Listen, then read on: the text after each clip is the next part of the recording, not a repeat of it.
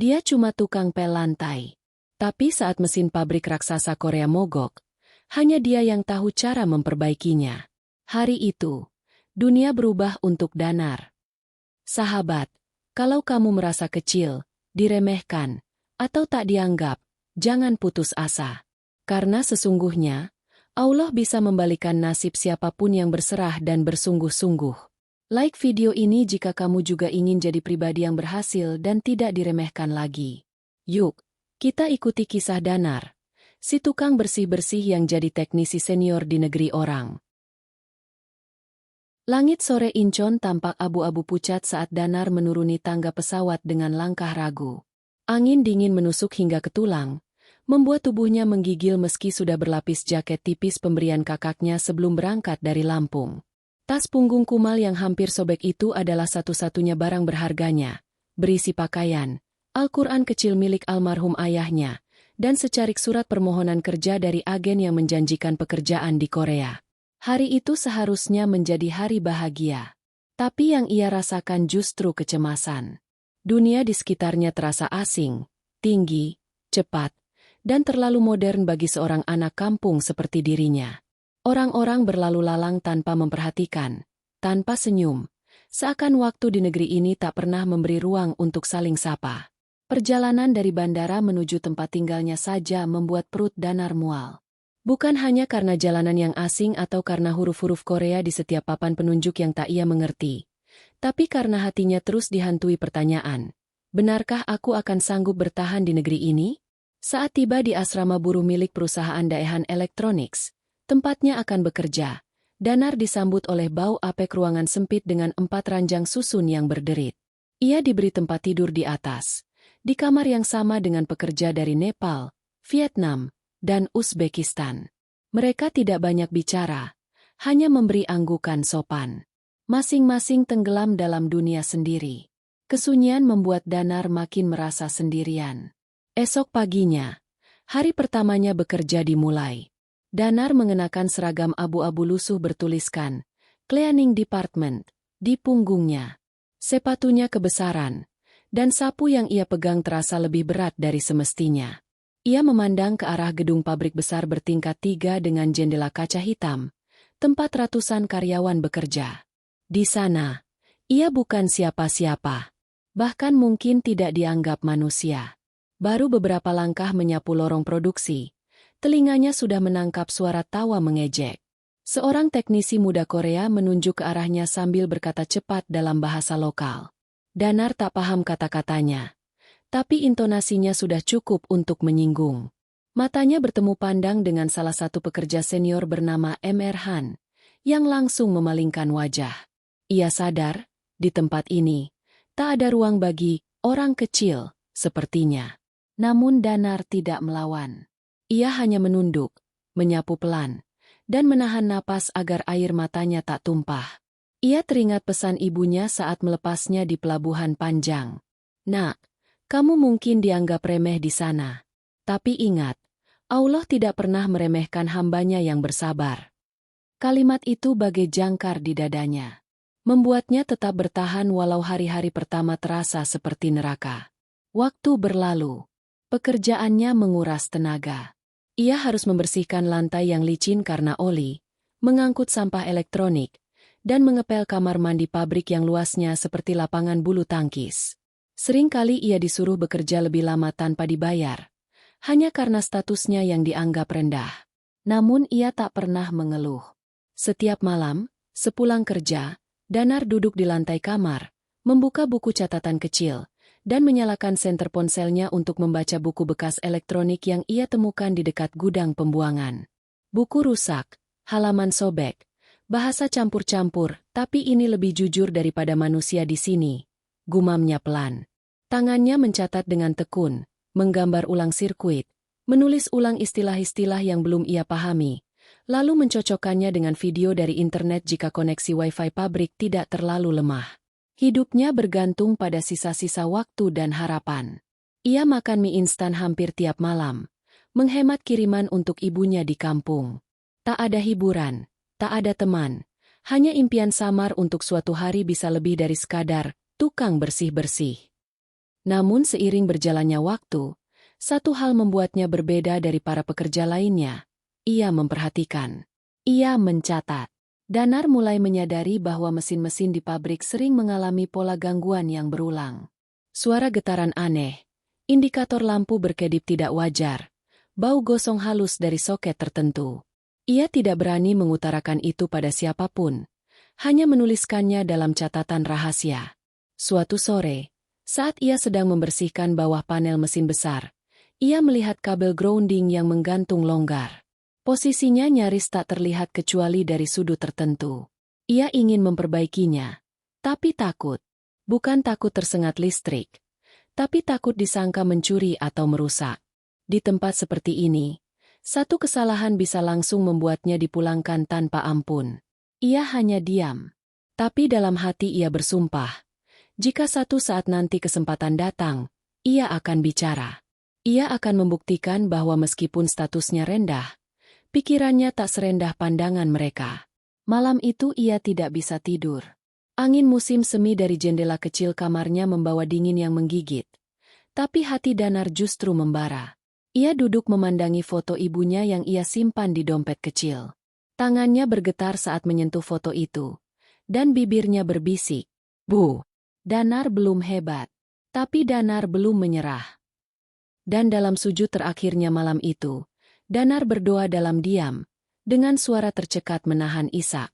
"Ya Allah, aku nggak minta dihormati, nggak minta jadi kaya. Tapi tolong, beri aku satu kesempatan saja. Biar orang-orang tahu, aku juga bisa berarti." Dan dengan linangan air mata yang jatuh ke lantai dingin, babak awal hidup Danar di negeri asing pun dimulai. Sunyi, getir, tapi penuh bara yang pelan-pelan menyala di dalam dada. Dan ia tak tahu bahwa bara itu sebentar lagi akan menjadi nyala yang menerangi seluruh pabrik dan dunia. Hari-hari berikutnya terasa seperti salinan dari hari sebelumnya. Bangun sebelum matahari terbit, salat dalam dingin yang menggigit, lalu menyusuri lorong pabrik dengan sapu dan pel di tangan. Danar mulai hafal suara mesin produksi yang berderu dari kejauhan, bau tajam solder dan logam panas yang menguar dari ruang perakitan. Juga langkah kaki para teknisi yang berjalan cepat tanpa menoleh ke arah petugas kebersihan sepertinya. Setiap hari, Danar melangkah dengan kepala tertunduk, bukan karena malu, tapi karena ia harus melihat dengan teliti. Apakah ada kabel menjuntai, bau tercecer, atau lantai yang licin oleh cairan pelumas. Ia tak ingin dianggap ceroboh. Di negeri orang, satu kesalahan kecil bisa membawa pulang ke kampung tanpa sempat membela diri. Namun di balik semua gerak tubuhnya yang seperti mesin kebersihan otomatis, di dalam kepala Danar ada dunia lain yang bergolak. Ia tak bisa membohongi dirinya sendiri, hatinya begitu haus akan pengetahuan. Sejak kecil, ia memang menyukai hal-hal yang rumit. Di kampung, ia sering membongkar radio rusak hanya untuk melihat bagaimana suara bisa keluar dari kotak kecil. Ayahnya dulu tertawa sambil berkata, "Kalau kamu besar, Nak, mungkin kamu bisa perbaiki dunia." Kini ayahnya telah tiada, dan ia hanya jadi tukang pel di negeri asing. Tapi Danar masih membawa mimpi itu, meski cuma di kepala. Setiap kali istirahat makan siang, Danar tidak makan di kantin utama. Ia duduk di luar, di pinggir pabrik, di dekat tempat pembuangan barang rusak. Bukan karena ingin menjauh, tapi karena di sanalah ia sering menemukan harta karun. Potongan panel bekas, modul rusak, kabel terbakar, bahkan buku-buku manual yang dianggap usang oleh teknisi. Suatu hari, ia menemukan satu buku tua setebal 400 halaman berjudul Power System and Failure Modes. Sampulnya robek, dan ada noda kopi di beberapa halaman. Tapi bagi Danar, buku itu seperti emas.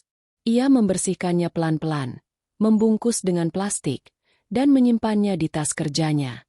Malam harinya, di kamar sempit asrama yang remang, ia membacanya dengan bantuan senter ponsel yang mulai redup. Kata-kata teknis seperti interference, fuse line, magnetic surge, ground loop, awalnya terdengar seperti mantra asing. Tapi Danar tak menyerah. Ia mencatat satu persatu, menggambar ulang diagram, mencari video referensi saat koneksi Wi-Fi pabrik tak terlalu lemot. Bahkan ia rela tak membeli lauk demi menambah kuota data. Setiap tetes keringat, Setiap gigitan lapar. Semua dibayar demi satu hal, belajar. Di dinding dekat tempat tidurnya, Danar menempelkan selembar kertas karton bertuliskan tangan. Yang penting bukan di mana kamu berdiri, tapi kemana kamu melangkah. Tulisan itu menjadi semacam bahan bakar semangatnya. Setiap malam saat tubuhnya lelah, punggungnya sakit karena seharian menunduk, Danar akan menatap tulisan itu lalu menguatkan diri untuk membuka buku lagi. Ia tahu, tidak ada yang akan menolongnya naik kecuali dirinya sendiri dan pertolongan dari Allah. Tapi tidak semua malam mudah. Ada malam-malam saat kedinginan memaksanya meringkuk dengan baju kerja yang belum sempat kering. Ada malam saat ponselnya mati karena tak bisa membeli token listrik untuk colokan umum. Ada malam ketika seorang pekerja asal Uzbekistan mengejek catatan Danar yang berserakan, lalu melemparkannya ke lantai sambil tertawa. Tukang pel ya tetap tukang pel, bro. Baca buku doang gak bikin kamu jadi insinyur. Danar tidak menjawab. Ia hanya memungut lembarannya pelan-pelan. Tapi malam itu, ia menangis. Bukan karena dihina, tapi karena lelah menahan semuanya sendirian. Ia merindukan rumah, suara adik perempuannya yang cerewet, dan tangan ibu yang selalu membelai kepalanya saat ia menyerah. Ia membuka Al-Quran kecil warisan ayahnya, membuka halaman acak, dan membaca ayat dalam bisik lirih. Tangisnya pecah lagi saat menemukan kalimat yang seperti menjawab hatinya. Sesungguhnya bersama kesulitan, ada kemudahan. Danar menutup Al-Quran, memeluknya erat-erat, dan bersujud di kasur tipis itu. Allah, kalau bukan karena MU, mungkin aku sudah pulang tanpa apa-apa. Tapi kalau ini jalanku, tolong jangan lepaskan aku di tengah jalan. Pagi harinya, meski matanya sembab, Danar tetap datang lebih awal ke pabrik. Ia menyapu seperti biasa, membersihkan setiap sudut dengan hati-hati. Namun hari itu, sesuatu terjadi. Saat ia sedang mengepel lantai dekat panel produksi, salah satu teknisi menjatuhkan baut kecil ke celah mesin. Si teknisi itu panik, sebab baut itu adalah komponen penting. Tanpa disuruh, Danar berjongkok, menyenter celah sempit itu, dan dengan kawat panjang dari tempat sampah, ia berhasil mengaitkan baut itu. Ia menyodorkannya sambil tersenyum. Teknisi itu hanya mendelik lalu mengambilnya begitu saja tanpa mengucap terima kasih. Danar tetap tersenyum. Karena bagi dirinya, setiap interaksi adalah pelajaran. Setiap kejadian adalah batu pijakan. Ia tahu betul, dunia tak akan memanggilnya ahli hanya karena satu aksi. Tapi jika ia terus belajar, terus mengasah mata dan pikirannya, suatu hari nanti, saat kesempatan datang, ia akan siap. Dan ia tak akan menyia-nyiakannya. Malam harinya, Danar menambahkan satu catatan di bukunya. Bukan soal kapan aku bisa berguna, tapi soal siapa yang akan aku tolong pertama kali saat aku bisa. Lalu ia menulis lagi di bawahnya. Dan aku janji, akan tetap bersih seperti sapu yang kupakai tiap hari. Karena meski kotoran bisa dibersihkan, tapi kesombongan bisa membuat kita lebih kotor dari lantai pabrik. Danar menatap langit-langit, lalu menutup matanya. Hari itu, sapu tetap di tangannya, tapi mimpi sudah mulai menyalakan sesuatu di dalam kepalanya. Bara kecil yang tak seorang pun melihat, tapi satu hari nanti akan menghangatkan dunia. Hari-hari terus berjalan. Dan meskipun tidak ada yang berubah secara kasat mata, sesuatu dalam diri Danar mulai tumbuh. Bukan tubuhnya yang semakin kuat karena terbiasa bekerja, tapi pikirannya yang kian tajam dan haus akan ilmu. Ia bukan lagi sekadar tukang kebersihan yang membersihkan lantai dan membuang sampah. Ia mulai mengenal nama-nama komponen, memahami alur sirkuit, bahkan bisa membayangkan cara kerja sistem daya hanya dengan mendengar suara mesin berdengung. Setiap kali menyapu lorong produksi, matanya tidak lagi hanya melihat debu dan noda oli, tapi juga posisi modul, arah jalur kabel, dan letak panel kontrol. Ia mengamati dalam diam, mencatat dalam hati. Bahkan kebiasaan teknisi yang sering lupa menutup kembali panel setelah inspeksi, ia ingat satu persatu. Ia tahu siapa teknisi yang teliti dan siapa yang ceroboh. Siapa yang menyimpan obeng di saku kanan dan siapa yang lebih suka bawa senter di helm. Ilmu itu ia serap bukan dari kelas atau pelatihan. Tapi dari observasi, dari mendengar bisikan suara mesin, dari potongan logam rusak di tempat sampah. Dan semua itu ia rakit dalam pikirannya setiap malam, saat dunia terlelap dan hanya lampu kecil di kamar asrama yang menyala remang-remang. Suatu malam, Danar menemukan potongan kecil papan sirkuit berdebu yang sudah hangus di salah satu sudut tempat pembuangan limbah elektronik. Penasaran, ia bawa pulang dan membersihkannya dengan tisu basah. Ternyata itu adalah bagian dari modul kontrol daya. Ada jalur sirkuit yang meleleh, dan 2 kapasitor yang pecah. Ia langsung membuka catatannya dan mulai menggambar ulang rangkaian itu. Meski tidak tahu secara pasti posisi sebenarnya, tapi ia mencoba menghubungkan logika dari jalur ke jalur. Tak terasa waktu sudah lewat tengah malam. Matanya perih karena terlalu lama menatap, tapi hatinya berdebar. Ia merasa seolah sedang memecahkan misteri besar. Dan saat ia berhasil menyambungkan kemungkinan penyebab korsleting dari posisi kapasitor yang terlalu dekat dengan area suhu tinggi, ia berdiri sambil mengepalkan tangan, berteriak pelan. "Aku ngerti sekarang." Itu mungkin hanya sekadar hipotesis dari seorang tukang sapu yang tak punya latar belakang teknik. Tapi bagi Danar, itu adalah kemenangan kecil yang berarti. Seperti secercah cahaya yang berhasil menembus kabut tebal. Ia percaya, jika bisa memahami satu sistem kecil, maka ia bisa memahami yang lebih besar. Namun, di balik kemajuan kecil itu, tantangan datang tak pernah menunggu. Hari itu, saat ia sedang mengepel dekat ruang teknisi, seorang pegawai Korea senior bernama Emer Park melihatnya sedang duduk diam memperhatikan panel kontrol yang terbuka. Padahal Danar hanya menatap, bukan menyentuh apapun. Emer Park menghampiri dan membentaknya dalam bahasa Korea. Ia menunjuk-nunjuk wajah Danar sambil berbicara cepat.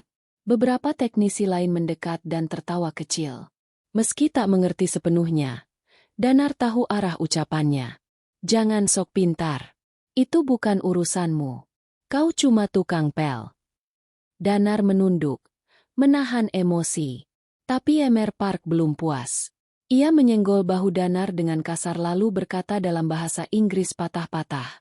"No engineer. You. Cleaning only. Understand?" Danar mengangguk pelan. Tapi malam itu, saat ia kembali ke kamar dan menatap catatannya, air matanya tumpah. Ia menangis bukan karena dipermalukan, tapi karena hatinya terasa sesak. Ia tidak mencuri. Ia tidak mengganggu. Ia hanya belajar. Kenapa itu salah? Ia duduk di pojok kasur, memeluk catatannya seperti anak kecil memeluk bantal.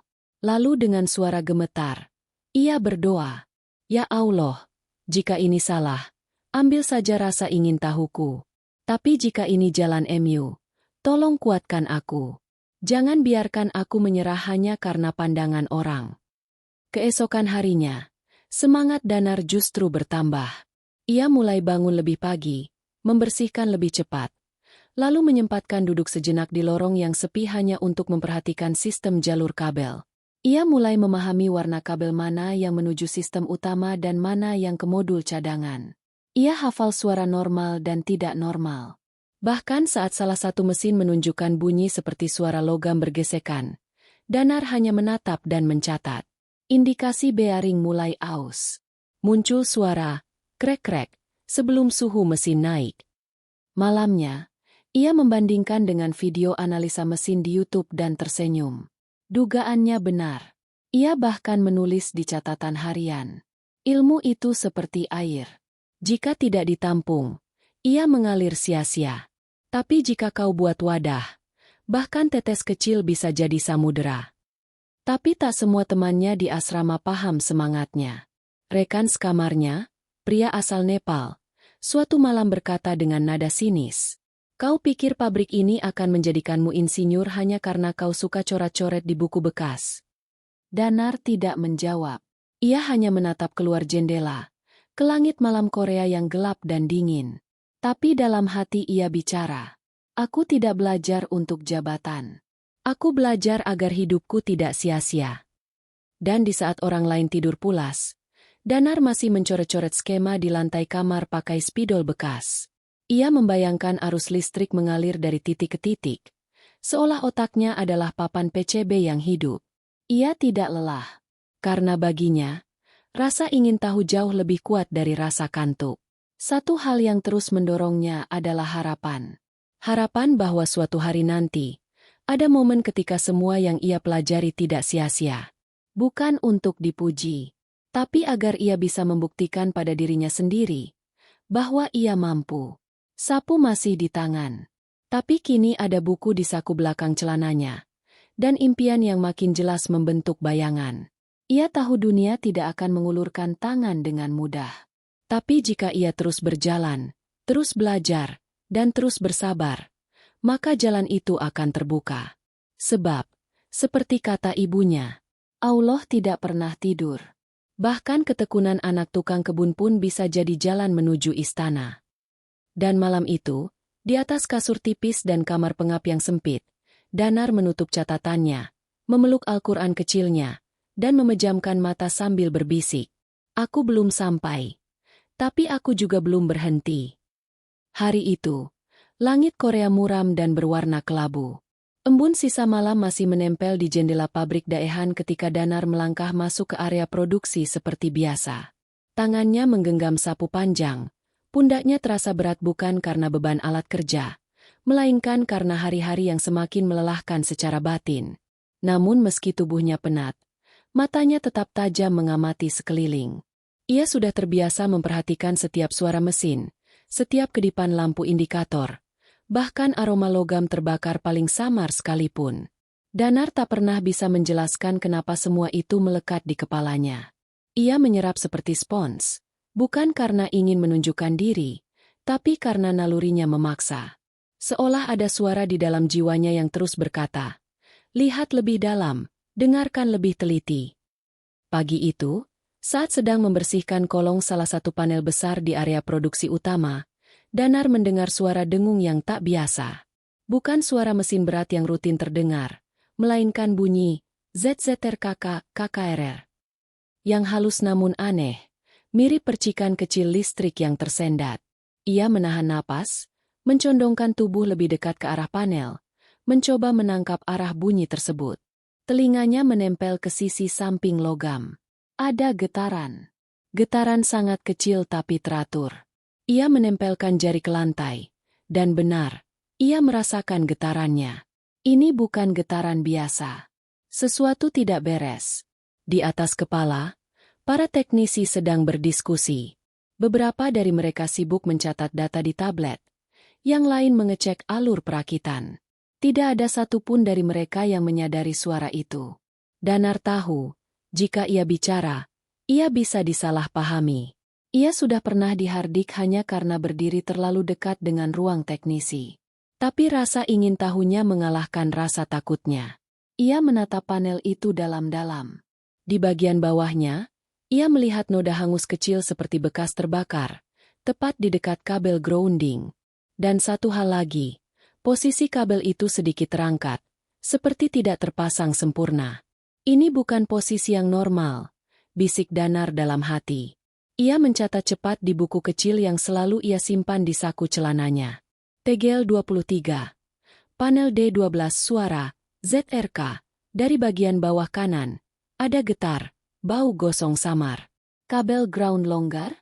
Perlu dicek modul filter dayanya. Danar kembali bekerja seperti biasa, tapi pikirannya sibuk menyusun kemungkinan. Apakah itu awal dari kerusakan? Apakah arus yang tidak stabil bisa merambat ke sistem utama? Ia tidak tahu pasti, tapi hatinya tidak tenang. Selama 2 hari berikutnya, suara aneh itu makin sering terdengar. Kadang disertai kelap-kelip aneh dari lampu indikator. Malam harinya, Danar pulang dengan langkah cepat. Ia menolak tawaran rekan kerja untuk makan malam bersama. Di dalam kamar, ia membuka catatan teknis yang sudah mulai menguning, lalu membuka halaman tentang EMI, Electromagnetic Interference. Ia membaca pelan-pelan meski matanya berat. Ia mencoba memahami bagaimana gangguan elektromagnetik kecil bisa menyebabkan kerusakan besar jika tidak dikendalikan. Ia membaca tentang fungsi filter daya, tentang pentingnya grounding yang sempurna. Tangannya menggambar ulang skema panel D12 berdasarkan ingatannya. Semakin lama ia menganalisa, Semakin yakin bahwa suara yang ia dengar bisa mengarah pada modul filter daya yang rusak, dan jika itu benar, maka ini bisa berdampak besar bagi seluruh sistem produksi. Namun Danar sadar, tak ada yang akan percaya pada tukang kebersihan seperti dirinya. Ia hanya bisa menunggu, menahan informasi itu sendiri sambil menunggu tanda yang lebih besar. Tapi jauh di lubuk hatinya, ia mulai berdoa, "Ya Allah, jika ini waktunya aku bicara, beri aku keberanian. Tapi jika belum waktunya, lindungi pabrik ini agar tak ada nyawa yang celaka." Hari ketiga, hal yang ditakutkan Danar terjadi. Pagi-pagi, saat shift baru dimulai, alarm pabrik berbunyi nyaring. Seluruh mesin utama di area produksi mendadak berhenti. Lampu indikator menyala merah menyilaukan. Operator panik. Para teknisi senior segera berlarian ke ruang kontrol. Ada teriakan dari supervisor. Semua komputer menampilkan error code dengan status power failure. Suasana berubah kacau. Danar berdiri kaku di sudut ruangan. Ia melihat dengan mata kepalanya sendiri. Panel D12 terbakar sebagian. Percikan api kecil muncul sesaat sebelum sistem utama mati total. Asap tipis mengepul dari dalam ruang sirkuit. Danar tidak panik. Ia tidak bergerak. Ia hanya berdiri diam. Napasnya tercekat. Karena hatinya berteriak. Itu yang aku takutkan. Itu yang aku catat. Tapi ia juga tahu, ini bukan saatnya untuk asal bertindak. Ia menunggu. Beberapa teknisi mencoba memperbaiki, tapi tidak berhasil. Mereka membuka-buka panel, mengganti fuse, mencabut sambungan. Namun tidak ada yang menyentuh kabel grounding yang ia curigai sebelumnya. Danar menggigit bibir. Keringat dingin menetes dari pelipisnya meski suhu ruangan dingin. Tiba-tiba, seorang teknisi dari Vietnam, Emerle, melihat Danar yang berdiri menatap panel dengan wajah murung. "You, why you look? What are you saying?" Danar menatapnya. Lalu untuk pertama kalinya, ia memberanikan diri membuka suara. "Saya tahu, mungkin saya salah, tapi saya dengar bunyi dari kabel bawah itu sejak 3 hari lalu. Saya lihat bekas hangus. Saya pikir grounding lepas dan filter rusak." Semua yang mendengarnya terdiam. Emerle mengerutkan kening. Ia awalnya ingin menghardik, tapi keraguan menyelinap. Karena memang, selama ini tak satu pun dari mereka mencurigai kabel grounding itu. Dengan ragu-ragu, teknisi itu memanggil atasannya. Dan setelah diperiksa oleh 2 teknisi senior, dugaan Danar terbukti. Modul filter daya retak. Kabel grounding tidak terpasang sempurna. Arus liar menyebabkan gangguan elektromagnetik yang merambat dan menyebabkan sistem overheat, hingga akhirnya terbakar. Semua orang terdiam. Danar tidak berkata apa-apa. Ia hanya menunduk dan menangis diam-diam. Bukan karena bangga, tapi karena ini pertama kalinya. Ilmu yang ia gali dalam diam akhirnya berarti. Ia tidak mencari pujian. Ia hanya ingin didengar.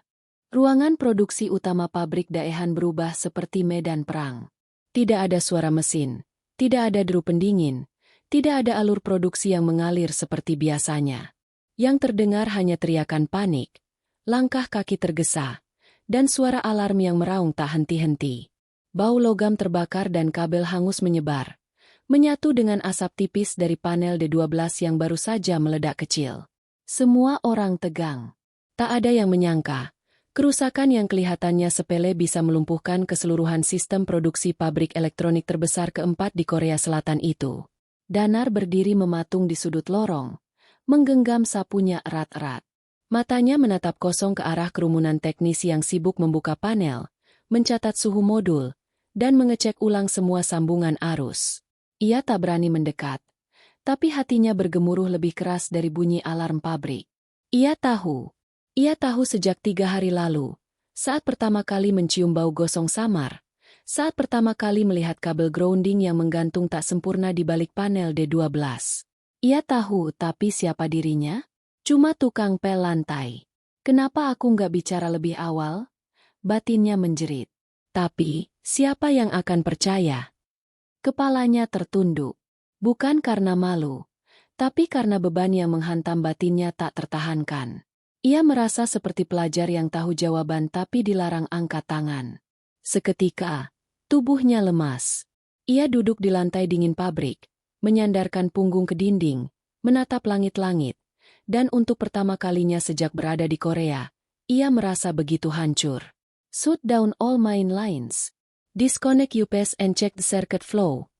Teriak seorang supervisor teknisi dengan suara berat. Para teknisi bergerak cepat. Namun ekspresi mereka berubah panik ketika backup sistem yang seharusnya menyala otomatis ikut gagal. Battery failed. The power surge damaged the backup too. Check the converter. No response. We've lost control of the mainboard. Teriakan-teriakan itu membentur dinding ruangan. Danar melihat wajah-wajah pucat teknisi yang biasanya bersikap arogan kini berubah penuh kebingungan. Suara ketukan sepatu heels yang cepat terdengar dari ujung lorong kaca. Seorang wanita muda berpakaian formal, dengan jas putih perusahaan berlogo Daehan, muncul. Dia adalah Miss Yun, kepala bagian produksi yang terkenal dingin dan kaku. Matanya menyapu ruangan dengan cepat. Apa yang terjadi? Tanyanya tajam. Tak ada yang langsung menjawab. Semua saling pandang. Seorang teknisi mencoba menjelaskan penyebab awal, tapi jawabannya terputus-putus. Miss Yun mendengus kesal, lalu mengarahkan pandangannya ke arah panel terbuka. Di sudut ruangan, tanpa disadari oleh siapapun, Danar perlahan berdiri. Suara di dalam dadanya kini terlalu keras untuk diabaikan. Jantungnya berdebar. Ia tidak tahu dari mana datangnya keberanian itu, tapi langkah kakinya mulai maju. 1, 2, 3 langkah. Ia mendekati area yang sebelumnya tak pernah ia pijak. Beberapa teknisi langsung menghalangi. Hey, this area is restricted. Danar berhenti. Ia mengangkat tangan. Napasnya tersengal. Dalam bahasa Korea terbata dan sedikit aksen Indonesia, ia berkata, "Saya tahu saya tidak punya hak. Tapi, 3 hari lalu saya dengar bunyi tidak biasa dari panel itu. Saya tulis di catatan. Saya pikir filter dayanya rusak. Kabel grounding longgar." Suasana mendadak senyap. Miss Yun menatap Danar tajam. "Kamu siapa?" Tanyanya singkat. "Danar. Cleaning service." Jawabnya pelan. Beberapa orang tertawa kecil, menutup mulut sambil saling berbisik. Namun Miss Yun tetap menatapnya. "Kamu tahu ini bukan urusanmu," katanya datar. Danar mengangguk. "Saya tahu. Tapi saya juga tahu suara mesin. Saya dengar setiap hari. Saya hafal bunyinya. Dan waktu dengungannya berubah, saya tahu ada yang aneh.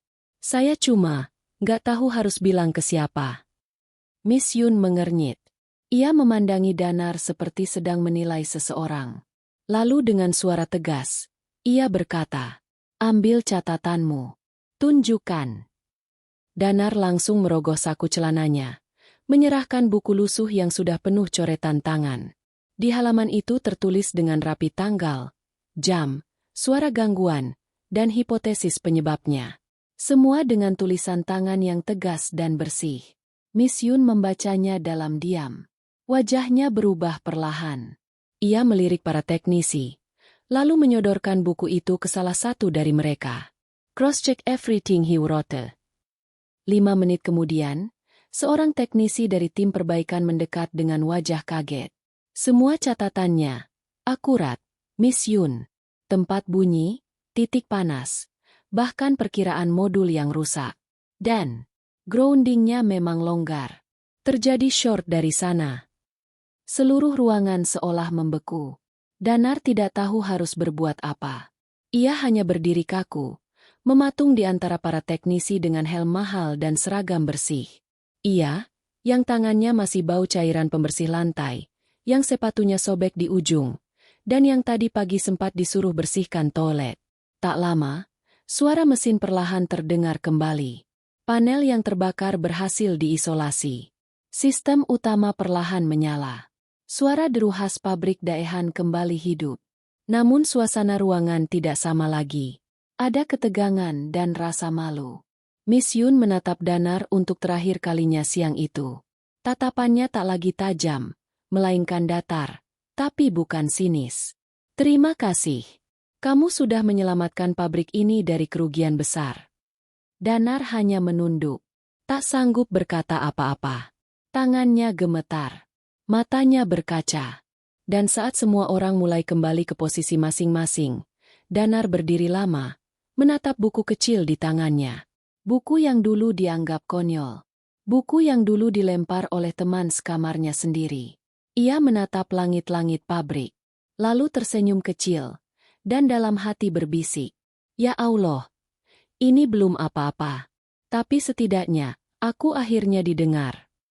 Pagi itu, suasana pabrik Daehan terasa lebih tenang dari biasanya. Tidak ada suara ketegangan. Tidak ada teriakan teknisi yang biasanya saling menyalahkan saat ada kendala teknis.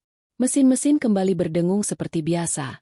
Layar-layar kontrol menampilkan angka-angka normal, dan aliran produksi kembali berjalan lancar. Tapi bagi Danar, pagi itu adalah pagi yang paling berbeda sepanjang hidupnya di Korea. Ia berjalan pelan melewati lorong tempat panel D12 dulu hampir terbakar total. Tangannya masih menggenggam sapu. Tapi entah kenapa beratnya terasa berkurang. Bukan karena pekerjaannya makin ringan, tapi karena untuk pertama kalinya, hatinya merasa diakui. Namun bukan berarti segalanya langsung berubah indah. Tatapan teknisi yang dulu acuh kini menjadi campuran antara heran dan curiga. Beberapa dari mereka mengangguk kecil saat berpapasan, namun lebih banyak yang masih memilih diam. Ada pula yang terang-terangan berbisik saat Danar lewat. Kalimat-kalimat dalam bahasa Korea itu tak sepenuhnya ia pahami, tapi nada suaranya cukup membuat hati kembali mencelos. Itu kan cuma kebetulan. Mana mungkin dia ngerti mesin? Pura-pura tahu saja mungkin. Danar menunduk. Ia mencoba menepis semua pikiran buruk itu, tapi tetap saja menusuk. Seakan kebaikan yang ia lakukan masih diragukan hanya karena seragamnya berbeda. Ia ingin sekali membalas, menjelaskan, bahkan menunjukkan semua catatan teknisnya, tapi ia tahu, diamnya lebih mulia daripada adu ego. Yang ia tidak tahu, di ruang kontrol lantai 2, pertemuan internal sedang berlangsung. Miss Yun duduk bersama 2 manajer teknis dan 1 kepala HRD. Di meja mereka terbuka laporan lengkap tentang kerusakan kemarin, termasuk kronologi dan bukti catatan dari Danar. Salah satu teknisi menyebut, jika kami tidak mengikuti catatannya, kemungkinan kerusakan menjalar ke jalur utama dan menyebabkan kerugian lebih dari 4 miliar won. Sejenak, ruangan itu hening. Lalu Miss Yun berkata lirih, kita hampir kehilangan reputasi karena 1 kabel. Dan nyaris dilindungi oleh orang yang kita remehkan. Sementara itu, Danar kembali ke kamar asramanya dengan tubuh letih. Tapi di matanya, ada bara kecil yang menyala. Ia membuka buku catatannya, menuliskan 1 kalimat di halaman paling belakang. Kadang kebaikanmu tidak langsung dihargai, tapi Allah menyimpannya untuk waktu yang tepat.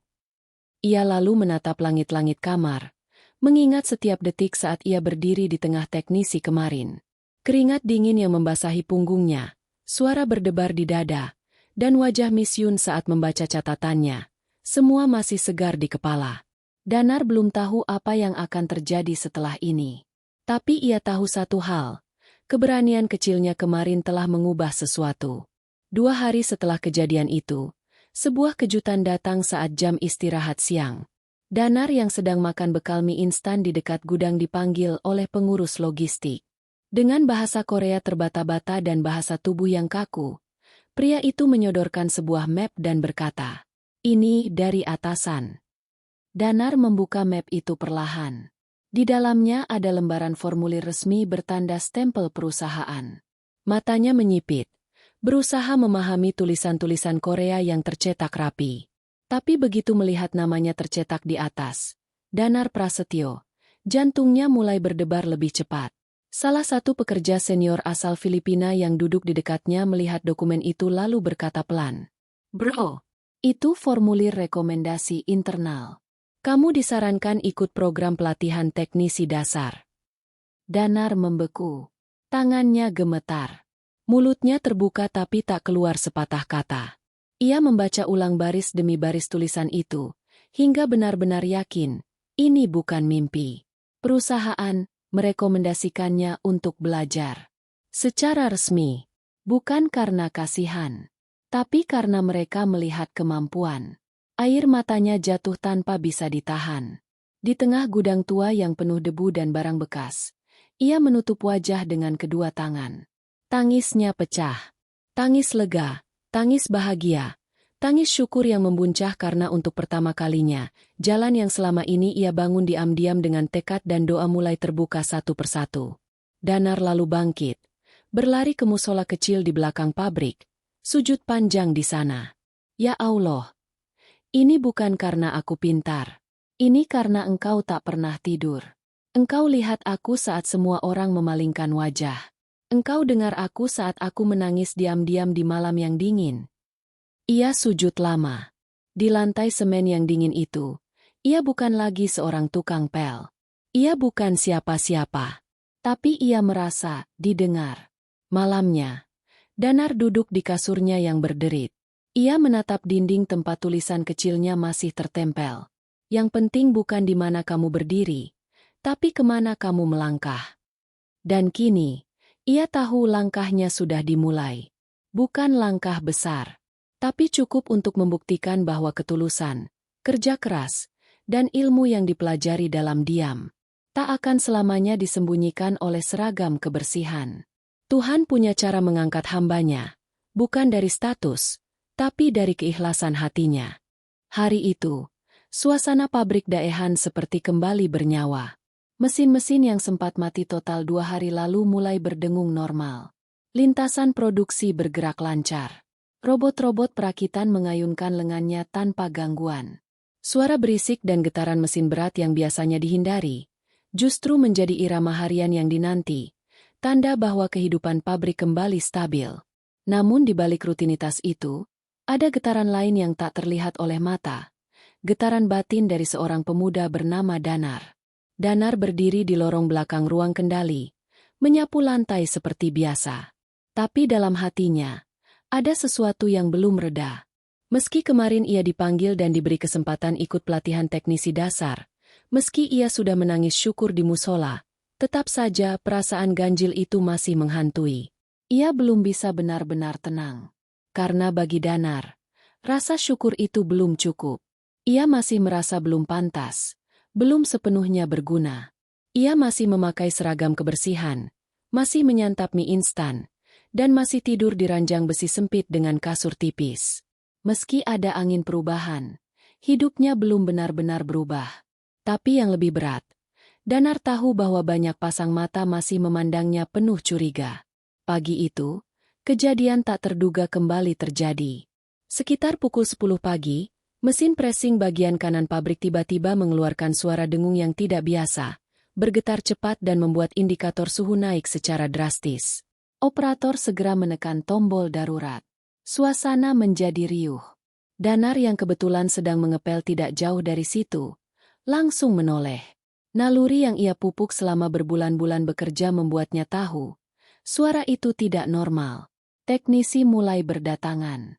Seorang supervisor dari bagian maintenance datang dengan wajah tegang. Mereka membongkar panel, menyambungkan monitor portabel, mencoba membaca data yang melonjak tak wajar.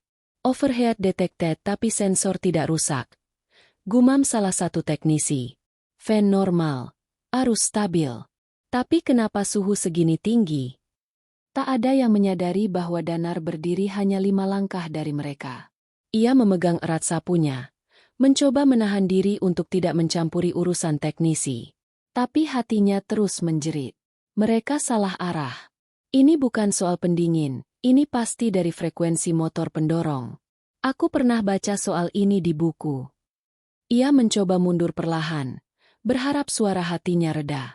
Namun langkahnya terhenti ketika tiba-tiba Miss Yun muncul dari arah koridor kaca lantai atas dan turun ke area produksi. Seperti biasa, wajahnya datar dan tegas. Ia mendekat ke arah kerumunan teknisi yang masih kebingungan. Dan, entah dari mana datangnya keberanian itu, Danar melangkah ke depan. Suara hatinya terlalu kuat untuk ditahan. "Permisi, saya boleh bicara sebentar?" Semua menoleh. Salah satu teknisi melotot. "Ini bukan urusan cleaning. Mundur." Namun Miss Yun mengangkat tangan. Biarkan dia bicara. Danar menarik napas. Ia menunjuk ke arah sisi belakang mesin. Saya dengar suara dengungnya lebih cepat dari biasanya. Kalau suhu naik, dan pendingin tidak rusak, bisa jadi ini karena rotasi motor tidak stabil. Mungkin karena frekuensi drive-nya nggak sinkron. Ada kemungkinan. VFD-nya error. Beberapa teknisi saling pandang. Ada yang tertawa sinis. Tapi salah satu di antaranya, Emerle, teknisi senior dari Vietnam, menatap Danar dengan serius. You said VFD error. Danar mengangguk. Yes. I think the inverter signal is unstable. Emerle langsung membuka laci alat, menghubungkan monitor khusus ke bagian VFD, dan angka-angka mulai bergerak liar. Terlihat jelas, frekuensi naik turun secara acak. Motor tidak mampu menjaga kestabilan. He is right. Gumam Emerle dengan nada kaget. VFD error. It causes motor overwork. That's why temperature spikes. Danar membeku. Ia tak menyangka dugaannya benar. Lagi, seluruh ruangan terdiam beberapa detik. Tak ada yang tertawa. Tak ada yang mengejek. Semua mata tertuju padanya. Kali ini dengan tatapan yang berbeda. Tatapan yang belum pernah ia dapat sejak pertama kali menginjakan kaki di negeri orang ini. Tatapan hormat. Miss Yun menatapnya tanpa ekspresi. Tapi kali ini ia berjalan mendekat. Dengan nada pelan, ia berkata, "Apa kamu belajar semua ini sendiri?" Danar mengangguk pelan. "Setiap malam. Dari buku rusak dan video gratis." Miss Yun menatapnya lama. "Kamu tahu apa yang kamu lakukan barusan?" Danar menunduk. "Saya hanya mencoba membantu." Wanita itu menarik napas panjang. "Kamu tidak hanya membantu. Kamu menyelamatkan waktu dan uang kami." Sekali lagi. Lalu, tanpa berkata apa-apa, Miss Yun melangkah pergi. Namun langkahnya yang pelan itu menandakan banyak hal. Setelah semua tenang, Danar kembali ke posisinya. Ia mengambil sapunya, kembali mengepel lantai seperti biasa. Tapi kini, gerakan tangannya lebih ringan. Langkahnya lebih mantap. Beberapa teknisi lewat dan mengangguk kecil kepadanya. Bahkan Emerle sempat berhenti dan berkata, "You're different, my friend." Danar tersenyum kecil. "I just listen to Machines," ujarnya pelan. Malam harinya, di kamar kecil yang sama, Danar membuka buku catatannya lagi. Kali ini bukan untuk mencoret-coret skema atau mencatat gangguan, tapi untuk menuliskan satu kalimat yang keluar dari hatinya. Jika kamu cukup sabar untuk mendengar, maka semesta akan bicara. Bahkan mesin pun akan berbisik padamu jika kamu tak meremehkannya. Ia lalu menutup buku itu dan mengambil Al-Quran kecilnya. Tangannya menyentuh sampul lusuhnya perlahan. Lalu ia berdoa panjang. "Ya Allah, jika jalan ini benar dari MU, tolong jangan biarkan aku sombong. Jangan jadikan aku tinggi karena pujian. Tapi jadikan aku bermanfaat, karena kasih MU." Dan malam itu, meskipun hanya kasur tipis dan lampu temaram yang menemaninya, Danar tidur dengan senyum di wajahnya. Sebab ia tahu apapun yang akan datang, ia tak lagi sendiri. Ia sudah punya tempat. Ia sudah didengar. Sejak insiden VFD dan panel daya itu, nama Danar perlahan mulai beredar di antara para teknisi pabrik daehan. Bukan sebagai bahan ejekan seperti biasanya, melainkan mulai disertai nada penasaran dan kagum yang setengah ditahan.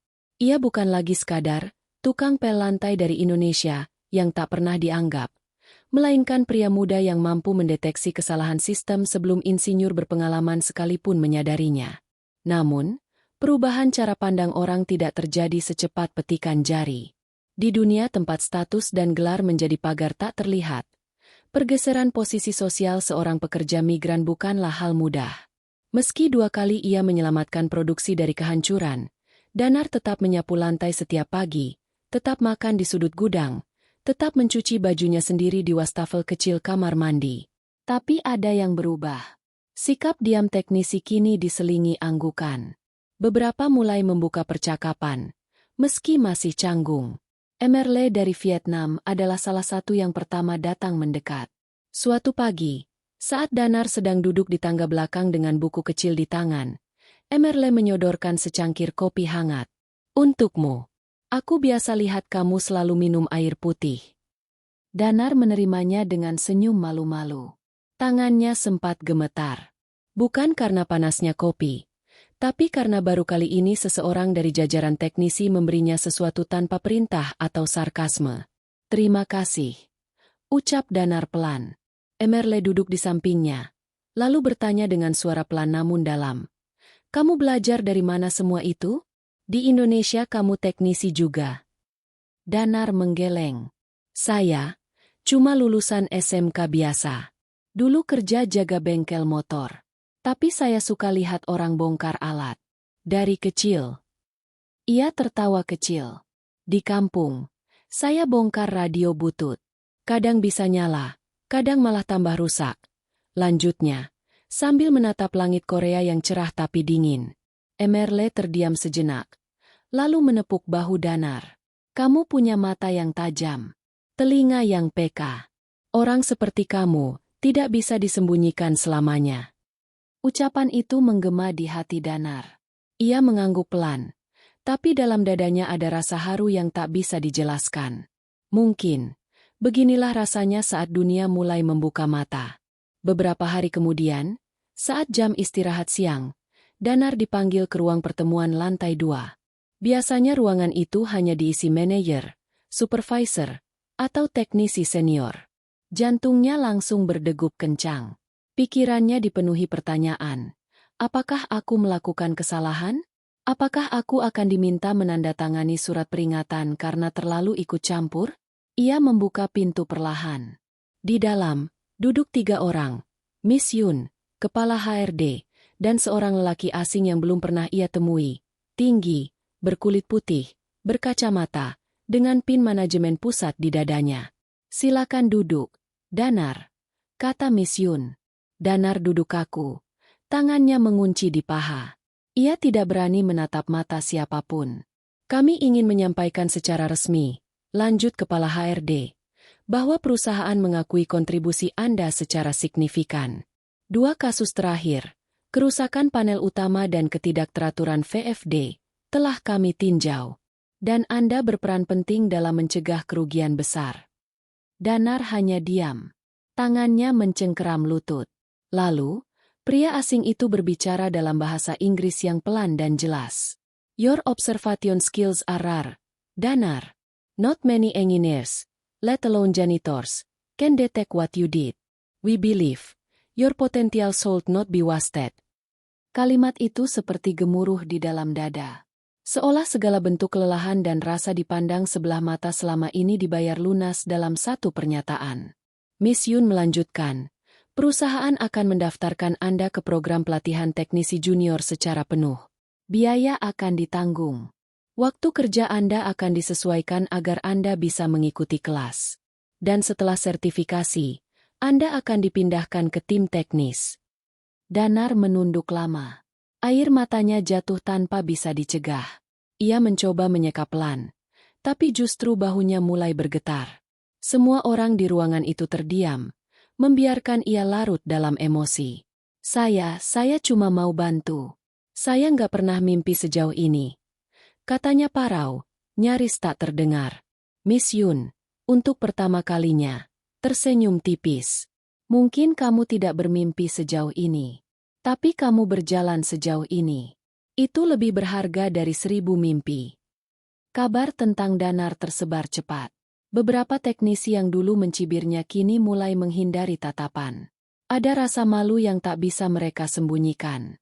Yang dulu menyebutnya, orang sok tahu, kini hanya bisa menunduk saat Danar lewat. Di lorong mesin tempat dulu ia disuruh minggir karena, bukan teknisi.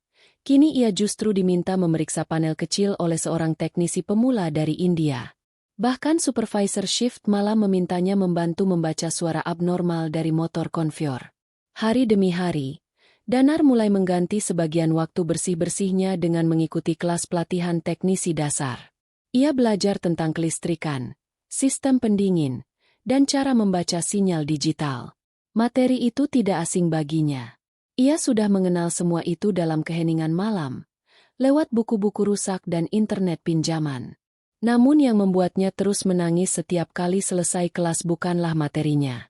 Melainkan, karena ia akhirnya bisa duduk di kursi belajar, diakui sebagai seseorang yang berhak belajar. Suatu malam, saat semua sudah tidur, Danar duduk sendirian di tangga belakang pabrik. Ia menatap langit malam Korea yang bertabur bintang. Tangannya menggenggam buku catatan lamanya yang kini mulai usang. Tapi ia tetap membawanya kemana-mana. Sebagai pengingat, bahwa segalanya dimulai dari sana. Dari keheningan. Dari tekad yang dipelihara sendirian. Ia membuka halaman terakhir, lalu menulis. Tidak semua orang akan percaya padamu. Tapi Allah akan selalu lihat setiap perjuanganmu. Ia memejamkan mata, membiarkan angin malam menerpa wajahnya. Kini, ia tidak hanya didengar, ia dihormati. Senja mulai menyelimuti langit Korea. Warna jingga menyapu atap-atap pabrik Daehan, menciptakan siluet panjang di sepanjang lantai produksi. Cahaya lembut itu memantul di permukaan logam mesin, seolah-olah semesta ingin ikut menyaksikan sebuah proses yang tak banyak diketahui. Perjalanan batin seorang pemuda bernama Danar, yang diam-diam telah menempuh jalan panjang, penuh luka, namun terus menyala oleh harapan. Sore itu, Danar baru saja selesai mengikuti kelas pelatihan teknisi dasar. Ia masih mengenakan seragam kebersihan karena belum resmi berpindah posisi. Tapi kini, ia membawa binder pelatihan dan pulpen mekanik, hadiah kecil dari instruktur teknik, MRAN, sebagai penghargaan atas pencapaian Danar yang luar biasa. Di dalam kelas, Danar selalu duduk paling depan. Bukan karena ingin menonjol, tapi karena ia ingin menyerap sebanyak mungkin. Dan hari ini, ia berhasil menjawab soal tentang three-phase inverter circuit, bahkan sebelum instruktur selesai menjelaskan kasusnya. Semua orang di kelas terdiam. Tidak percaya bahwa seorang mantan tukang pel bisa menganalisis konversi tegangan sekompleks itu tanpa ragu. Namun meski pujian mulai berdatangan, Danar tetap merunduk rendah. Ia tak pernah menyimpan rasa lebih tinggi dari siapapun. Baginya, ilmu bukan untuk disombongkan. Ia belajar bukan untuk menang, tapi untuk bertahan. Sore itu, tubuhnya terasa letih, tapi hatinya hangat. Dan seperti biasa, setelah hari panjang di pabrik, Danar kembali ke asrama, berjalan pelan menyusuri trotoar belakang gudang, tempat rerumputan liar tumbuh dan angin selalu berhembus lebih sejuk dari tempat lain. Sesampainya di kamar, ia meletakkan tasnya, mengambil botol air, lalu duduk di sudut kasur tipis dengan ponsel murah yang nyaris tak kuat lagi membuka aplikasi. Tapi sore itu, ia punya satu misi, menelpon ibunya di Lampung. Sinyal berderak. Gambar video call sempat patah-patah. Tapi begitu wajah ibunya muncul, berkerudung lusuh, duduk di bel bambu dengan latar sawah, wajah Danar langsung berubah. Sorot matanya melunak. Senyumnya merekah penuh kerinduan. "Ibu," bisiknya. "Nak Danar, gimana kabarmu, sayang?" Suara sang ibu terdengar serak, tapi lembut seperti embun subuh. Danar menggigit bibir. Ia berusaha tegar. Tapi air matanya sudah menggenang. "Baik, Bu. Alhamdulillah, maaf. Maksud Danar. Insya Allah baik, Bu." Jawabnya terbata. Ibunya tersenyum. "Kamu masih kerja bersih-bersih, Nak?" Danar terdiam sesaat. Ia menatap wajah ibunya yang penuh garis usia. Wajah itu, wajah yang dulu setiap malam menyelimuti tubuh kecilnya saat kedinginan, yang menjerang air daun jambu saat Danar demam, yang memeluknya erat saat ayahnya dimakamkan. "Masih, Bu." Tapi sekarang Danar juga ikut pelatihan teknisi. Ibunya mengangguk, tidak sepenuhnya mengerti apa maksud itu. Tapi senyumnya tulus. "Yang penting kamu jujur, kerja sungguh-sungguh. Jangan malu karena bersih-bersih. Asal rejeki halal, Allah pasti berkahi." Danar menunduk. Tangisnya tumpah. "Bu." Danar udah lewati banyak. "Bu." Danar sempat nggak dianggap, dikata-katain. Tapi sekarang mereka mulai percaya. "Bu." Danar bahkan dikasih belajar gratis. "Bu." Ibunya terdiam, Lalu tangannya merapat di dada. Ibu doa tiap malam. Nak, ibu gak bisa kirim uang. Gak bisa bantu apa-apa. Tapi ibu sujud tiap malam minta sama Allah. Jangan biarin anakku patah. Tangis Danar pecah makin keras. Ia menutup wajah dengan satu tangan. Sementara tangan satunya tetap menggenggam ponsel. Bu, kalau bukan karena doa ibu. Danar gak kuat. Bu, Danar udah hampir nyerah. Udah sempat mikir buat pulang aja. Tapi kamu gak pulang, kan? Potong ibunya. Enggak, Bu. Kenapa? Karena Danar tahu. Ibu lagi sujud di kampung sana. Dan Danar malu kalau pulang cuma bawa cerita gagal. Ibunya menangis pelan. Tapi suaranya tetap lembut. Allah gak pernah tidur. Nak, mungkin kamu diremehkan manusia. Tapi tidak olehnya. Dan ibu yakin, di pabrik sana, Danar sedang ditempa jadi orang hebat. Mungkin bukan sekarang kelihatan, tapi nanti. Kata-kata itu menancap dalam dada Danar seperti suluh yang menyalakan bara lama. Lama mereka terdiam. Hanya suara jangkrik dari desa dan dengung AC rusak di kamar asrama yang terdengar. Lalu ibunya bicara lagi. Kalau suatu hari Danar jadi orang sukses, jangan banggakan gelar. Tapi banggakan luka-lukamu. Karena orang yang besar bukan yang cepat naik, tapi yang sabar naik. Danar mengangguk. Wajahnya basah. Tapi senyumnya tulus. Danar nggak akan lupa. Bu, Danar di sini bukan karena hebat, tapi karena doa ibu. Malam itu, setelah panggilan video berakhir, Danar duduk dalam gelap. Ia tidak menyalakan lampu. Ia ingin sendiri. Di tangannya, buku catatan usang itu kembali terbuka. Ia menulis satu kalimat dengan tangan gemetar. Yang paling kuat bukan ilmu, bukan jabatan. Tapi doa seorang ibu yang tidak pernah berhenti percaya pada anaknya. Lalu, ia mengambil wudhu, berjalan pelan ke musola kecil di sudut belakang pabrik. Sepi. Hanya ada satu lampu temaram menyala. Di sana, Danar sujud lama. Mungkin 5 menit. Mungkin 10. Ia tak menghitung. Yang ia tahu, malam itu, di balik sujudnya, ia tidak lagi merasa sendiri. Sebab sekarang, ia tahu, langkahnya tidak pernah sendiri. Selalu ada doa dari kampung halaman yang menuntunnya di setiap jalan gelap. Hari itu, salju turun perlahan di luar jendela pabrik Daehan. Musim dingin telah menyelimuti seluruh penjuru Korea. Tanah memutih. Udara menusuk hingga ke tulang, dan embusan napas manusia berubah menjadi kabut tipis. Tapi di dalam aula utama pabrik, udara terasa hangat oleh tepuk tangan, senyuman, dan rasa haru yang membuncah dari semua yang hadir. Pagi itu adalah momen yang tak pernah terpikirkan oleh Danar, sebuah seremoni penghargaan tahunan Daehan bagi karyawan teladan dan inovatif. Ruangan penuh oleh jajaran direksi, para kepala teknisi, supervisor lintas divisi, serta puluhan pekerja dari berbagai negara. Di panggung utama, layar LED menampilkan tulisan besar. Daehan Tech Day, Honoring Means Who Move Machines. Danar duduk di barisan ketiga dari depan. Ia mengenakan kemeja putih bersih dan celana bahan gelap, bukan lagi seragam abu lusuh kebersihan. Di dadanya tersemat name tag bertuliskan Danar Prasetyo Junior Technician, Indonesia. Ia menggenggam buku catatan kecilnya yang sudah mulai lusuh di bagian pinggir, tapi masih rapi. Buku itu selalu dibawanya. Bahkan hari istimewa seperti ini pun tidak mengubah kebiasaannya. Karena buku itulah saksi semua luka, diam, dan peluh yang telah ia lalui dalam senyap. Nama-nama karyawan terbaik satu persatu dipanggil. Mereka naik ke panggung, diberi sertifikat dan plakat. Tapi ketika nama Danar Prasetyo disebut, ruangan seolah senyap. Beberapa orang menoleh. Banyak yang berdiri untuk melihat lebih jelas. Danar berdiri pelan, menunduk sebentar, lalu melangkah ke depan dengan langkah gemetar. Setibanya di atas panggung, ia melihat sosok yang tak pernah ia bayangkan berdiri di belakang mikrofon.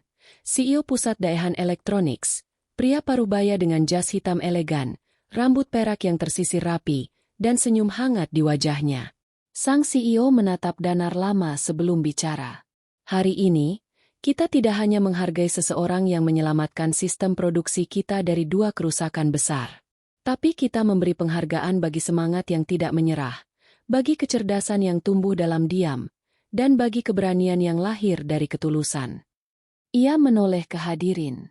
Danar bukan lulusan Universitas Teknik, bukan pula teknisi senior. Ia datang ke sini sebagai petugas kebersihan. Tapi karena ketekunannya, karena rasa ingin tahunya yang luar biasa, hari ini dia berdiri di hadapan kita. Diakui bukan karena jabatan, tapi karena kualitasnya. Tepuk tangan menggema. Beberapa staf bahkan berdiri. Sorot kamera dari media internal perusahaan menyorot wajah Danar yang menunduk dengan mata berkaca. Ia menerima plakat bertuliskan Inspiration Award for Unsen Dedication. Namun saat akan kembali duduk, CEO itu memanggilnya lagi. Danar, katanya lembut. Saya dengar kamu masih menyapu pabrik di pagi hari meski sudah jadi teknisi. Danar mengangguk pelan. Saya belum terbiasa hanya duduk di kantor, Pak. Tawa kecil terdengar. Tapi CEO itu tidak menertawakan. Ia justru berkata, justru itu yang membuktikan bahwa yang besar bukan pekerjaanmu, tapi hatimu. Danar terdiam. Lalu dengan suara pelan, ia berkata, saya hanya ingin buktikan, Pak, bahwa anak kampung juga bisa. Asal diberi kesempatan. CEO tersenyum, lalu menoleh ke semua hadirin dan berkata dengan lantang, Danar, mulai minggu depan, kamu akan dipindahkan ke pusat riset internal kami. Kamu akan belajar langsung dari tim R&D, dan kami akan bantu proses pengajuan beasiswa penuh untuk melanjutkan studi teknik secara formal. Dunia harus tahu bahwa kualitas bukan soal ijazah, tapi jiwa. Danar menutup mulutnya. Air matanya jatuh tak terbendung. Tepuk tangan berubah menjadi standing ovation. Malamnya, Danar kembali ke asrama. Meski sudah diberi akses ke tempat tinggal teknisi, ia belum pindah. Belum siap, katanya. Ia masih ingin tinggal di ruang sempit itu, karena di sanalah ia membentuk dirinya. Ia ingin malam itu menjadi malam terakhirnya di kasur sempit yang pernah jadi saksi isak tangis, lapar, dan doa-doa panjang. Di tengah kesunyian, ia membuka video call. Wajah ibunya kembali muncul. Bu, katanya dengan suara serak. Nak Danar, ibu nonton tadi. Dari Facebooknya anak Pak Lurah. Dia kirim videonya ke ibu. Ibu lihat kamu berdiri di panggung, semua orang tepuk tangan. Kamu bikin ibu menangis. Nak. Danar tak bisa bicara. Ia hanya menunduk, menangis dalam diam. Ibunya melanjutkan. Ibu gak ngerti kamu kerja apa. Tapi ibu tahu satu hal. Danar udah jadi anak yang menepati janji. Kamu gak pulang bawa kegagalan. Kamu bawa cerita kemenangan. Danar mengangguk pelan. Lalu, dengan suara terbata, ia menjawab. Bukan Danar yang hebat, Bu. Tapi doa ibu yang gak pernah putus. Danar hanya anak kampung yang belajar diam-diam. Tapi Allah dengar suara yang tak pernah Danar ucapkan. Ibunya menangis. Dan Danar tahu malam itu, langit Lampung mungkin juga menangis haru bersamanya. Sebelum tidur, Danar duduk di lantai. Ia membuka buku catatannya untuk terakhir kali di ruangan itu. Di halaman paling akhir, ia menulis dengan tinta yang nyaris habis. Aku tak ingin dikenal karena aku berhasil, tapi karena aku bertahan. Aku tak ingin diingat karena aku pintar, tapi karena aku tidak menyerah. Lalu ia menambahkan, untuk semua anak muda yang hari ini hanya dianggap tukang pel, tukang angkut, buruh kasar, jangan berhenti belajar. Karena Allah tidak menilai dari posisi kita hari ini, tapi dari langkah yang kita ambil setiap hari. Dan malam itu, dengan wajah bersih dan hati penuh syukur, Danar tidur dalam damai. Karena ia tahu, dari sebuah desa kecil di Lampung, namanya telah mengalir sampai Seoul. Dan dari sebuah sapu yang dulu ia genggam, kini ia menggenggam masa depan. Danar bukan siapa-siapa, tapi tekadnya telah mengubah segalanya.